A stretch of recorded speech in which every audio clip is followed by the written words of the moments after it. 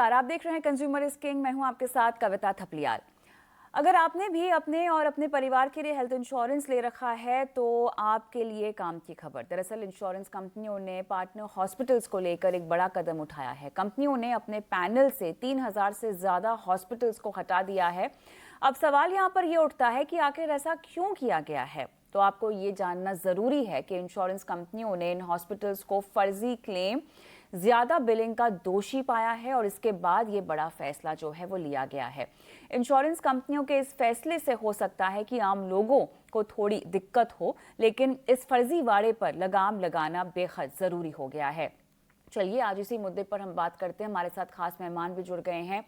Amjad Khan, executive director, employ benefit practice और international business, Anand Rathi insurance brokers, Bijon Mishra, international consumer policy expert, Jehangir गई, consumer activist. आप सभी का स्वागत है हमारी इस बेहद खास पेशकश में। और बिजॉन जी, आपके पास आऊंगी सबसे पहले, क्योंकि इस पूरी कवायद में जो कि ईटी नाउ स्वदेश ने यहाँ पर खड़ी कर रखी है, जहाँ पर जो फर्जीवाड़ा होता है, जो जालसाजी होती है हेल्थ इंश्योरेंस को लेकर, उसमें आप लगातार हमारे साथ कदम से कदम मिलाकर आगे बढ़ते आए हैं। अभी जो नया मामला सामने आया है, इसको हमें ग्राहकों और उपभोक्ता की हक में उनके हित की ओर एक बहुत बड़ा कदम मानना चाहिए। बिजॉन जी। बिल्कुल कविता जी, इंश्योरेंस विश्वास के ऊपर चलता है। ट्रस्ट बहुत बड़ा फैक्टर होता है और यदि वो ट्रस्ट पे यदि लोग हस्तक्षेप करते हैं और लोगों को धोखाधड़ी में फंसा देते हैं तो इस ढंग के अस्पताल को वाकई में निष्कासन करना चाहिए और उनके साथ संबंध बंद कर देना चाहिए। क्योंकि आज हम लोग चाहते हैं कि हर एक व्यक्ति हमारे देश में कोई ना कोई ढंग से कवर हो हेल्थ में। हम लोग यूनिवर्सल हेल्थ कवरेज के तरफ काम करना शुरू कर दिए हैं 10 साल से। और आज आपको मालूम है आयुष्मान भारत तो एक सरकारी तंत्र में आया है, लेकिन जो गैर सरकारी तंत्र में है, जो प्राइवेट सेक्टर है, उसमें भी हम लोगों को अब नियम बहुत कड़ी रूप से लाना चाहिए, जहां पर पारदर्शिता हो, जहां पर उत्तरदायित्व हो और हर एक व्यक्ति जो भी प्रीमियम पेमेंट करते हैं उनको सही ढंग से कैशलेस फैसिलिटी मिले। इसी पे हम लोगों का अब ध्यान है। और हम आपको कहना चाहेंगे कि आपके साथ सारे जितने श्रोते हैं उनको ये समझना होगा कि इंश्योरेंस एक ऐसा प्रोडक्ट है जिससे लोगों को सही सुविधा कम पैसे में सही ढंग से एक अश्योर्ड रूप से क्वालिटी के रूप से मिले। और ये पाया गया है सर्वे से कि कई अस्पताल पेमेंट्स और बिलिंग करते हैं जिससे उनका केवल प्रॉफिटियरिंग होता है। और ये प्रॉफिटियरिंग को बंद करने के लिए हर एक इंश्योरेंस कंपनी आप अपने ढंग से वो लोग चला रहे हैं in terms of accreditation, in terms of certification और उनको मान्यता देना। तो जो अच्छे हॉस्पिटल है, जो सही ढंग से लोगों को सेवा पहुंचा रहे हैं, उनको पैनल में लेने का वो लोग एक उपाय सोच रहे हैं ताकि लोगों को कैशलेस सुविधा मिले। क्योंकि हम लोग चाहते हैं कि कोई भी पेशेंट ऐसा नहीं हो कि वो अस्पताल में चले जाएं और फिर अस्पताल उनसे अलग से पैसे लेने लगे और इंश्योरेंस कंपनी से अलग से लें। जितने खर्चा हो वो सारे खर्चा इंश्योरेंस के माध्यम से पेमेंट होनी चाहिए। और हम लोग चाहते हैं कि हर एक व्यक्ति जो इंश्योरेंस लेते हैं वो प्रीमियम जो पेमेंट करते हैं उसी के तहत उनको सारे सुविधा मिलना चाहिए एज इन पेशेंट केयर। अब हम लोग ओपीडी भी लाने का कोशिश कर रहे हैं इंश्योरेंस में। यदि इंश्योरेंस में ओपीडी आ जाए और डायग्नोस्टिक्स आ जाए तो एक तरह बहुत ही से बेजॉन जी मतलब दायरा साफ तौर से बढ़ रहा है। जी, एक तरह से बेजॉन जी दायरा साफ तौर से बढ़ रहा है। लेकिन लेकिन जहांगीर, मेरा सवाल यहाँ पर केवल एक है कि अब भले ही इस बात को जो है उस पर ध्यान दिया जा रहा है कि कैसे हॉस्पिटल्स बढ़ा चढ़ाकर बिल पेश करते हैं। मेरे ख्याल से इसको तो ऐसे बोलना चाहिए कि नींद अब जाके टूटी है। लेकिन जहांगीर, इस हमाम में तो सभी नंगे हैं ना। इनको यहाँ तक आने के लिए प्रोत्साहन कैसे मिला? हॉस्पिटल्स किस तरह से यहाँ पर साठगांठ करके बड़ा चढ़ाकर बिल्स बनाते आए हैं? कहीं ना कहीं इंश्योरेंस कंपनियों का भी तो इसमें हाथ होगा। मामला अब जाके उजागर हो रहा है, वो बात अलग है। कदम उठाए जा रहे हैं, वो सराहनीय है, नो डाउट अबाउट इट। लेकिन यहां तक मामला पहुंचा कैसे जहांगीर? ये इतना इजी रूप से जो दिखते है ऐसा नहीं है। अभी जो इंश्योरेंस आप कैशलेस बोलते हैं, इंश्योरेंस कंपनीज कैशलेस सुविधा देती है, लेकिन सही हकीकत में इंश्योरेंस कंपनीज किसी को भी कैशलेस नहीं देते हैं। जो कैशलेस फैसिलिटी है तो पेशेंट हॉस्पिटल पे जाता है, उधर इंश्योरेंस कंपनी अप्रूव करती है और कैशलेस सुविधा जो देती है वो हॉस्पिटल पहले देती है। जो क्रेडिट एडवांस होता है वो हॉस्पिटल करती है इंश्योरेंस कंपनीज को, और इंश्योरेंस कंपनीज अपने को रिइंबर्स करने के बदले वो पैसा हॉस्पिटल को रिइंबर्स करते हैं। अभी ये इकोनॉमिक्स में ये क्या हुआ है एग्जैक्टली कि एक पेशेंट ने, दो पेशेंट ने, हजारों पेशेंट हॉस्पिटल में कैशलेस लेते हैं। क्लेम सेटलमेंट का जो टाइम IRDAI ने फिक्स किया है वो टाइम पे इंश्योरेंस कंपनीज स्पेशली जो TPAs है वो सबसे ज्यादा मिसप्ले कर रही है। तो TPAs पैसे टाइम पे ग्राहक को भी नहीं देती है, हॉस्पिटल को भी रिइंबर्स नहीं करती है, और वो लोग ने खुद को पैसे बनाने के लिए क्या एक मैकेनिज्म इवॉल्व किया था कि अगर हॉस्पिटल का क्लेम सेटल करेंगे तो अर्ली सेटलमेंट का इंसेंटिव, अगर पेशेंट का क्लेम 1 लाख का होगा तो 1 लाख देने के बदले वो 90,000 हॉस्पिटल को देंगे 10,000, ऐसा समझिए, अंदाज से मैं बोलता हूँ, वो पॉकेट करेंगे TPA पैसा। तो ग्राहक का पैसा जाता है, इंश्योरेंस कंपनी का पैसा जाता है, और फायदा TPA का होता है। तो उसलिए हॉस्पिटल्स कितनी बार बिल इन्फ्लेट करते हैं to cover that amount as a buffer. तो इसमें सभी का हाथ है। एक मीटिंग में हमने IRDA को पूछे थे ये सवाल, तो IRDA ने बताया था ये मार्केट फोर्स है। ये एक meeting medical consultants, hospitals, IRDA representatives, consumer activist सभी थे। तो तभी जब IRDA ने ऐसा जवाब दिया तभी हमने पूछा कि ये पैसा किसी का है, पब्लिक का है, जनते का है। इंश्योरेंस कंपनी जो प्रीमियम कलेक्ट करते हैं पब्लिक से, उसमें से क्लेम सेटल करते हैं। तो प्रॉम्प्ट पेमेंट उनका फर्ज है। डिले क्लेम करने के लिए, क्लेम जो डिले होता है तो प्रॉफिट शेयरिंग TPA करती है, नहीं इंश्योरेंस कंपनी, नहीं हॉस्पिटल, नहीं पब्लिक। तो ये मैकेनिज्म प्रॉपरली इवॉल्व होना मांगता है। सेकेंडली कि ओनली जो हॉस्पिटल कैशलेस बना कर देंगे उसमें सोल्यूशन नहीं है, बिकॉज जो भी हॉस्पिटल कैशलेस में कवर नहीं है वो हॉस्पिटल में भी एडमिट होकर रीइंबर्समेंट क्लेम ले सकते हैं। उसमें इतना ही फर्क है कि पैसा किसको मिलेगा, रीइंबर्समेंट कंज्यूमर को मिलेगा। कैशलेस में जो क्लेम है वो हॉस्पिटल को जाएगा पैसा, बिकॉज हॉस्पिटल ने कैशलेस दिया है। तो एक्चुअली पूरा सिस्टम ये TPA का है, वो प्रॉपरली स्क्रूटनाइज होना मांगता है। TPA आने की पहले इवन मेडिक्लेम फैसिलिटी, आप स्टैटिस्टिक्स देखेंगे तो मेडिक्लेम पॉलिसी 5% प्रॉफिट करती थी, 5% प्रॉफिट। अभी लॉस होती है, बिकॉज लॉस होता है इंश्योरेंस कंपनी को, वो गैर कानूनी रीत से क्लेम रिस्ट्रिक्ट करना चाहते हैं। तो अगर TPA को हटा देंगे और डायरेक्ट जो मिडलमैन को हटा देंगे और ये सुविधा एक्सटेंड करेंगे टू द हॉस्पिटल और डायरेक्टली टू द इंश्योर्ड, तो उसमें बहुत फायदा होगा। नहीं, लेकिन आप सही कह रहे हो जहांगीर, लेकिन बहुत जरूरी है कि एक रूपता और ट्रांसपेरेंसी की जो हम बात कर रहे हैं, पारदर्शिता की बात कर रहे हैं अमजद, वो अभी भी नहीं है। एक के बाद एक करके हम देख रहे हैं कदम उठाए जा रहे हैं, भले ही वो जहांगीर की तरफ से कोई कवायद हो या बेजोन जी जिस तरह से IRDAI के पीछे लगे हुए हैं, लेकिन सवाल यहाँ पर ये है कि ये मार्केट प्रैक्टिसेस हैं, फायदा किसी को भी पहुंच रहा है, उस फायदे का जो खामियाजा है, जो जिसकी जेब कट रही है, वो है आप और हम जैसे उपभोक्ता। अमजद, कितना जरूरी है कि यहाँ पर पारदर्शिता हो, एक रूपता हो तमाम तरह के नियमों में और सख्ती से इनका पालन किया जाए। तो कविता, यस, आज के टाइम में हेल्थ इंश्योरेंस में जो ये नेटवर्क हॉस्पिटल्स की बात हो रही है, आई थिंक एक चीज समझनी जरूरी है कि आज के डेट में इंडिया में ऑलमोस्ट 70,000 से ज्यादा हॉस्पिटल्स हैं, छोटे बड़े सब मिला के। बट आप किसी भी हॉस्पिटल के नेटवर्क में या इंश्योरेंस कंपनी के नेटवर्क में देखेंगे तो आपको 12 से 13,000 हॉस्पिटल्स उस नेटवर्क में मिलेंगे। और ये जो लेटेस्ट न्यूज आई है 3,000 हॉस्पिटल्स को बैन करने की, वो रीजन उसके लिए बहुत ही सब्सटैंशियल इनफ रीजन है उनको डिलिस्ट करने के लिए, बिकॉज फ्रॉडुलेंट क्लेम्स बेसिकली आपके क्लेम अमाउंट को बढ़ा देते हैं, जिसकी वजह से आपका आउटगो बढ़ जाता है।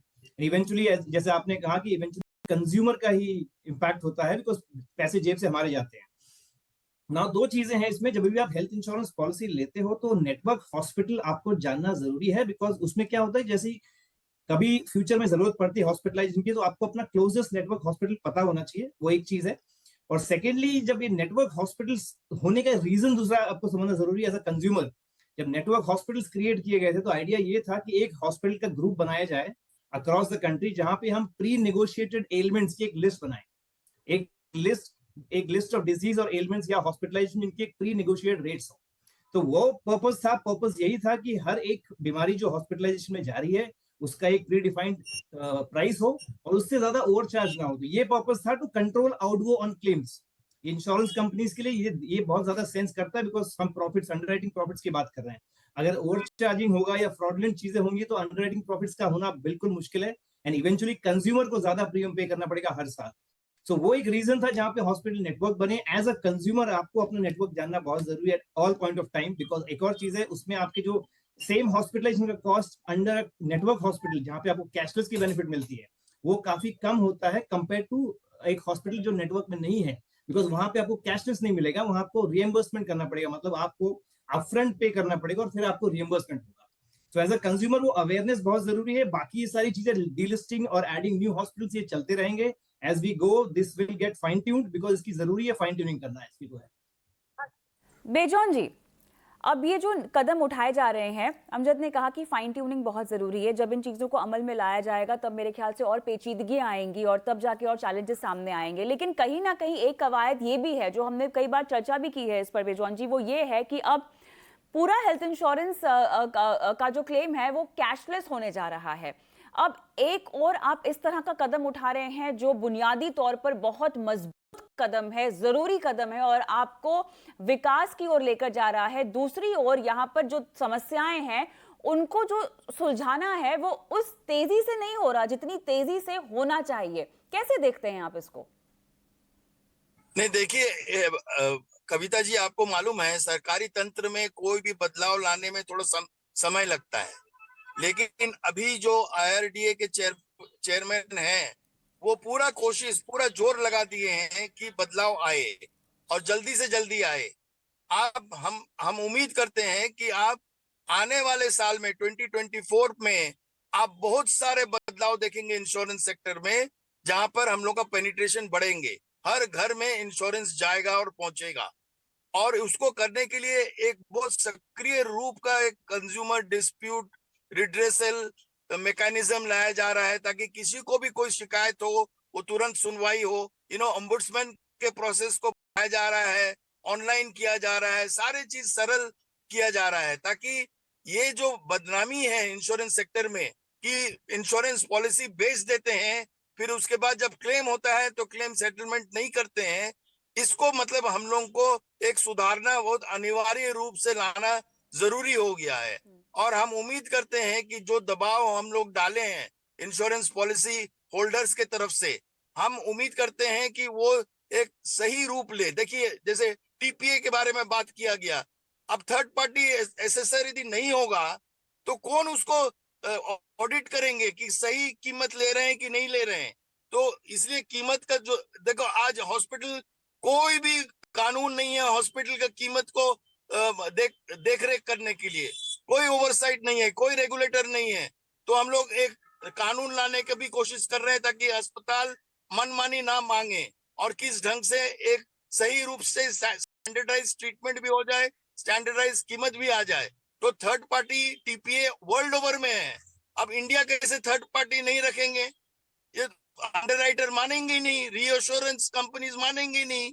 तो हम लोग को जब तंत्र में काम करना होगा तो जो वर्ल्ड ओवर में जो तंत्र चल रहा है उसी तंत्र को लेके चलना होगा और बेस्ट प्रैक्टिसेस लाना होगा। हम ये नहीं कह सकते हैं कि क्यों मिडिलमैन है। अरे मिडिलमैन तो होता ही है सब जगह पे, आप रिटेलर देखिए, होलसेलर देखिए, हर एक जगह पे एक तंत्र है, वो तंत्र को हम लोग नहीं हटा सकते हैं मार्केटिंग में। तो क्या मेरा ये जहांगीर कहना जी? है कविता जी, जी जी थोड़ा सा धीरज रखना होगा और हम उम्मीद करते हैं सुधार जरूर आएगा। आप लोग जिस ढंग से अभियान छेड़े हैं, ये अभियान रुकेगा नहीं। आपके माध्यम से हम लोग लोगों तक आवाज पहुंचाएंगे और रेगुलेटर भी इसमें सुधार लाएंगे बहुत जल्दी। बिल्कुल, यही हमारा आपका और चैनल का मकसद भी है। लेकिन जहांगीर जी, अकाउंटेबिलिटी तय करना बहुत ज्यादा जरूरी हो गया है। क्या अकाउंटेबिलिटी अगर एक बार तय हो जाए तो ये गेम चेंजर हो सकता है? जागरूकता अपनी तरफ है, जितनी भी तरह की रेड्रेसल कमेटी आप बिठाना चाहते हैं वो अपनी तरफ है, लेकिन टीपीए की भूमिका पे क्योंकि बहुत अहम रोल पर बात हो रही है, अकाउंटेबिलिटी तय करने से कितना मामला सुलझेगा? आपकी एनालिसिस क्या कहती है? अकाउंटेबिलिटी सबसे महत्व का है। अकाउंटेबिलिटी एंड रिस्पॉन्सिबिलिटी दोनों।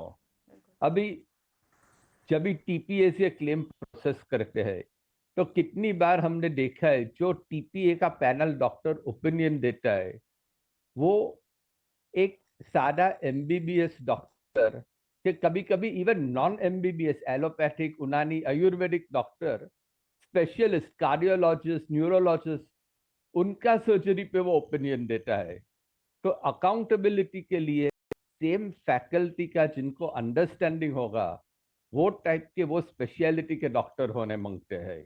अकाउंटेबिलिटी में वापस बोलता हूँ बहुत जरूरी है, लेकिन systematic and it should serve the purpose for which the committee is appointed. नहीं तो ओनली जो किसी को बैठा देंगे जिनको कुछ पता नहीं है तो अकाउंटेबिलिटी बढ़ता नहीं, ओनली कॉस्ट बढ़ता है।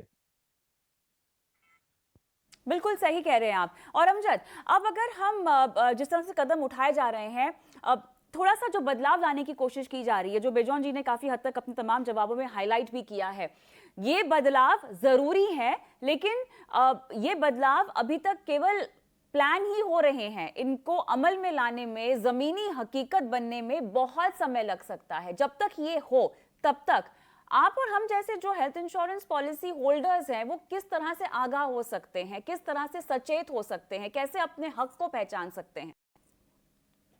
तो कविता, इसमें दो चीजें हैं। एक जो आपने बोली कि जो बदलाव है वो काफी स्लो है, उसमें टाइम लग रहा है, तो आई थिंक मेरा थोड़ा सा ओपिनियन वहां पे डिफरेंट है। I would agree to Bijon ji जिन्होंने रेस किया ये पॉइंट की आईडिया कहीं पहले से कहीं ज्यादा अग्रेसिव है इस बदलाव को लाने के लिए। बिकॉज उसका एक रीजन एक ये है, आज की डेट में हमारा पेनिट्रेशन काफी कम है, पेनिट्रेशन कम है, और फिर उसके बावजूद इस तरह की फ्रॉडलेंट चीजें हो रही जहाँ पे हॉस्पिटल को डीलिस्टिंग करने की जरूरत पड़ रही है। तो ये बदलाव बहुत अग्रेसिवली आने वाले हैं जैसे हम फ्यूचर में आगे जाएंगे। तो ये चेंजेस तो होने लाजमी है, जिसमें कोई डाउट नहीं। वो टीपीए हो, इंश्योरेंस कंपनी हो या ब्रोकर हो, सब आईडिया के एम्बिट में आते हैं। ये बदलाव, ये ऑडिट, ये चेंजेस आएंगे। मेरा कंसर्न जो प्रोफेसर मिश्रा ने रेज किया है वो ये है कि हॉस्पिटल जो एक और पार्टी है इस पूरे लाइफ साइकिल में, हॉस्पिटल को गवर्न करने वाली अथॉरिटी आज के डेट में इंडिया में कोई नहीं है। तो अगर आप पूरा लाइफ साइकिल देखेंगे हेल्थ इंश्योरेंस का, जहाँ पे इंश्योरेंस कंपनी है, टीपीए है, कंज्यूमर और हॉस्पिटल है, इस पूरे लाइफ साइकिल में सिर्फ हॉस्पिटल है जो शायद पैसे बनाता है, बाकी एवरीबॉडी फेस लॉस। तो जब तक हॉस्पिटल को रेगुलेट करने वाली कोई बॉडी नहीं आती है, I think that will play a very important role in regulating. ये पूरा प्रोसेस रेगुलेट हो जाएगा अगर हॉस्पिटल की प्राइसिंग में कोई कंट्रोलिंग बॉडी आती है तो, क्योंकि बाकी चीजें तो रेगुलेट होंगी। आप दूसरी तरफ कंज्यूमर, एज अ कंज्यूमर आप बेस्ट क्या कर सकते हो to know your rights and to know what your policy speaks, या आपके कवरेजेस क्या है, नेटवर्क क्या है। उसके लिए सिंपल सी एक चीज है, आपको ये समझना जरूरी, जब भी आप हेल्थ इंश्योरेंस पॉलिसी लें तो उस पॉलिसी को बहुत डिटेल में समझें, उसको पढ़ें, स्पेशली आपके एड ऑन्स क्या है, आपके एक्सक्लूजन्स क्या है, आपकी कवरेज क्या है, आपका नेटवर्क हॉस्पिटल क्या है। क्योंकि होता क्या है, हम पॉलिसी लेते हैं, दो चार चीजें सोचते हैं और हम पॉलिसी ले लेते हैं, बट हम उसके डिटेल में नहीं जाते हैं, और तब जब क्लेम आता है तो हमारे लिए बहुत सारे सरप्राइजेस हो जाते हैं। तो उसको अंडरस्टैंड करना एक सरल भाषा में इंश्योरेंस कंपनी भी समझा देगी, पर ये पूछना जरूरी है, समझना जरूरी है। तो एज अ कंज्यूमर आप जब पॉलिसी लेते हैं उससे पहले आपका बैकग्राउंड चेक कर लीजिए उस कंपनी के बारे में, वो पॉलिसी के बारे में, उसका हिस्ट्री समझ लीजिए, उसकी क्लेम सेटलमेंट रेशियो समझिए, अब वो पॉलिसी क्या कवर कर रही है, आपकी रिक्वायरमेंट क्या है, विज़ वो ऑफर क्या कर रहा है, ये सारी चीजें समझना बहुत जरूरी है। रेगुलेटरी पॉइंट ऑफ व्यू में आज कंज्यूमर हम कुछ नहीं कर सकते हैं, this regulator will play a role, जो बहुत ही जल्दी होने वाला है। वो अग्रेशन हमें स्टेप्स दिख रहा है। एक ही गैप मुझे जो दिखता है, हॉस्पिटल को रेगुलेट करने वाली एक रेगुलेटरी बॉडी चाहिए जहां पे हॉस्पिटल भी अकाउंटेबल हो अपने प्राइसिंग के लिए। बिल्कुल सही बेजौन जी, ये हॉस्पिटल को रेगुलेट करने को लेकर जो कवायद शुरू की गई है, इसको लेकर ब्लूप्रिंट कहां तक पहुंचा है? अभी तक हम लोग केवल एक शुरुआत हुआ है, एक डिमांड क्रिएट हुआ है, हॉस्पिटल्स के एक एसोसिएशन के साथ डायलॉग शुरू हुआ है, क्योंकि हॉस्पिटल एसोसिएशन नहीं चाहते हैं कि कोई कानून आए, वो लोग चाहते हैं कि क्योंकि जो वॉलंटरी मौजूदा रूप हो, संस्था है, उन्हें भी इसी पर आ रही थी बेजॉन जी, क्योंकि जो स्टैंडर्ड मौजूदा संस्था है वो नाकाफी है और वो नाकामयाब साबित हुई है ना? क्या क्या लूप होल्स हैं जिसके लिए वो भी तैयार नहीं है? करेक्ट। तो इसीलिए हम लोग सरकार को, जो इलेक्टेड रिप्रेजेंटेटिव्स हैं, उनको मनाने का कोशिश कर रहे हैं कि ये कानून लाना अनिवार्य है। जैसे क्लिनिकल एस्टेब्लिशमेंट एक्ट 2010 में पारित हुआ, लेकिन 18 स्टेट उसको नोटिफाई किए, लेकिन एक भी स्टेट अभी तक इम्प्लीमेंट नहीं किया है। तो क्लिनिकल एस्टेब्लिशमेंट एक्ट को लागू करवाना बहुत जरूरी है, और उसके लिए हम लोग प्रयास कर रहे हैं कि उसी तहत एक कानूनी रूप आ जाए, ताकि अस्पताल का जो ट्रीटमेंट कॉस्ट है उस पे एक मतलब अंकुश आए, उस पे एक रेगुलेटरी मैकेनिज्म आए। तो ये कोशिश जारी है, और हम उम्मीद करते हैं कि आप लोग के माध्यम से हम लोग इसको और भी एक तेजी रूप देकर जल्दी से जल्दी हम लोग इसको इम्प्लीमेंट करने का कोशिश कर रहे हैं। जहांगीर जी, आप कंज्यूमर एक्टिविस्ट हैं, आप कई सारे मुद्दों पर लिखते हैं जो कि उपभोक्ता की जिंदगी से बहुत जुड़े होते हैं। अब जो 3000 हॉस्पिटल्स की यहाँ पर बात की गई है जो कि नेटवर्क से बाहर हो जाएंगे, दिक्कतें कितनी आएंगी उपभोक्ता को इसको लेकर? जब भी आप थियरी और प्रैक्टिकल अलग हो जाता है, जब भी आप एज अ पेशेंट जाते हैं तो आप जिधर जाएंगे, जो डॉक्टर के ऊपर आपको विश्वास होगा, वो डॉक्टर कौन सी हॉस्पिटल से जुड़ा है वो सेकेंडरी क्वेश्चन है। हॉस्पिटल इंफ्रास्ट्रक्चर देती है, लेकिन doctor patient relationship, doctor patient trust, मेरी जान मैं डॉक्टर का हाथ में रखता हूं। नॉट ओनली मेरी जान बट मेरा सारा परिवार का वेलबींग। अगर मैं जिंदा हूं, मैं अर्न कर सकता हूं, तो मेरा पूरा फैमिली, सारा परिवार इज फाइन। तो तभी जो पेशेंट जब भी डॉक्टर चूज करता है, तो वो डॉक्टर चूज करके मोस्टली हॉस्पिटल जो सबसे कन्वीनियंट है उधर जाता है। तो हॉस्पिटल्स, जैसे अमजद खान ने बताया, hospital regulation is very important. उधर मैल प्रैक्टिसेस होती है, डेफिनेटली होती है, सबको पता है। तो प्रॉपर ऑडिट, बिकॉज जो नई टेस्ट जरूरी है वो भी करते हैं। और एक्सक्यूज क्या होती है उसके लिए कि हमको इक्विपमेंट इंफ्रास्ट्रक्चर में जो टेक्निकल और साइंस एडवांस होता है, उसके हिसाब से हमको इक्विपमेंट का कॉस्ट रिकवर करना है। तो उसलिए पेशेंट को टेस्ट की जरूरत हो न जरूरत हो, सब पेशेंट्स को सभी टेस्ट प्रिस्क्राइब कर देते हैं अंडर द सन। तो उसमें मेन प्रॉब्लम होता है, उसमें प्रॉपर ऑडिट होनी मांगती है, ये टेस्ट जरूर है कि नहीं है। जब 10 में से 5 टेस्ट जरूर नहीं है, तो ऑटोमेटिकली वो नहीं लेंगे, आपको आप कॉस्ट नीचे गिर जाएगा। तो मेन हॉस्पिटल्स के ऊपर प्रॉपर ऑडिट के क्या चीज के लिए क्या जरूरी है वो देखना है। सेकेंडली, स्टैंडर्डाइज ये कभी नहीं होगा। हर पेशेंट में अलग अलग फर्क रहता है। ऐसा समझो, एक पेशेंट, सारा पेशेंट को आप कैटरैक्ट ऑपरेशन करते हैं, simple, cataract is very routine. जिसको डायबिटिक रेटिनोपैथी होगी, तो उसके लिए जो स्टैंडर्ड ऑफ केयर है, जो क्वालिटी ऑफ लेंस लगता है, वो अलग रहता है। तो उसके हिसाब से फर्क रहता है। डॉक्टर का सीनियरिटी, अभी जो डॉक्टर नया प्रैक्टिस में आया है उनका चार्जेस कम रहेगा। जो सीनियर प्रैक्टिशनर है, 20 इयर्स का एक्सपीरियंस है, तो ऑब्वियसली उनका फीस ज्यादा रहेगा। हॉस्पिटल रूरल एरिया में है, उधर कॉस्ट ऑफ इंफ्रास्ट्रक्चर कम है, उधर कम रहेगा। इन अर्बन एरियाज लैंड का कॉस्ट ज्यादा है, तो इंफ्रास्ट्रक्चर ज्यादा, तो वो महंगा रहेगा। तो ये पूरा स्टडी करके ओवरनाइट कुछ भी होने वाला नहीं है। बिल्कुल। प्रॉपर स्टडी करके ये करना मांगता है साइंटिफिकली। तो डेफिनेटली बहुत जरूरी है। और जैसे अमजद खान ने बताया, main thing is hospital regulation proper. कारण कितनी बार डॉक्टर, अगर जो हॉस्पिटल टारगेट फिक्स करते हैं और डॉक्टर वो टारगेट अचीव नहीं करते हैं, तो डॉक्टर को निकाल देते हैं हॉस्पिटल में से एज कंसल्टेंट। तो बिल्कुल।